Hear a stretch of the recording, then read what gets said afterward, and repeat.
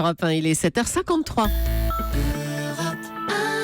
Thomas Soto. 2016 sera-t-elle l'année de la triche? Pour la seule journée d'hier, on a eu de nouvelles révélations sur la triche, la corruption et compagnie dans le monde de l'athlétisme, et des doutes, ou au moins on va dire des mensonges assumés chez Renault. Bonjour Dany Cohn-Bendit. Bonjour Thomas. Alors ce matin, c'est Dany le justicier, Saint-Denis, qui part en lutte contre les menteurs de tout poil. Ah non, je ne parle pas en lutte, ils me font rire ces menteurs. Alors évidemment, la Fédération internationale d'athlétisme a d'abord dit mais non, il n'y a rien. Puis maintenant, ils ont 2-3 personnes qui sont obligées qui vont obtenir la déchéance de l'athlétisme. Et évidemment, ce sont les Russes. Alors, on fera rien aux Russes parce que sinon, tonton Poutine va se fâcher. Et puis, alors maintenant, vous avez Renault. Alors, Renault dit, mais non, il n'y a rien. Il n'y a pas eu de logiciel truqueur. Évidemment, n'importe quel conducteur lambda n'arrive pas à réaliser ce qui vous le demande ou permettent de réaliser pour être dans les normes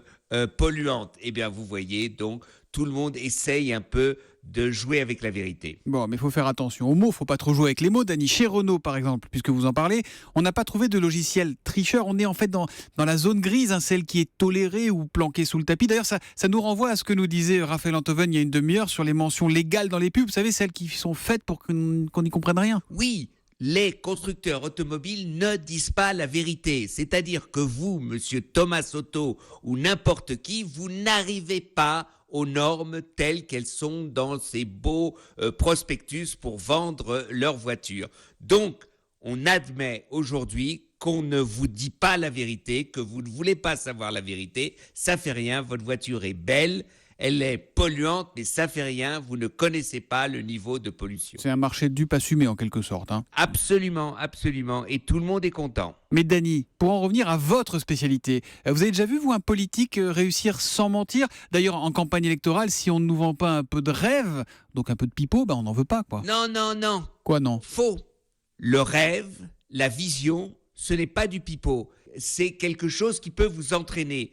Ce que font les politiques, c'est qu'ils prétendent quelque chose qu'ils ne feront pas. C'est autre chose. Un rêve, c'est une vision. Quand Obama, je l'ai dit hier, parle de l'Amérique dans 20 ans, c'est une vision. C'est important en politique, mais la plupart des politiques, ils vous vendent quelque chose, donc ils savent qu'ils ne le feront pas. Et ça, c'est autre chose. L'humeur de Dany. On peut lui reprocher plein de choses à Dany, mais lui, c'est pas un tricheur. Il dit ce qu'il pense et sans réserve.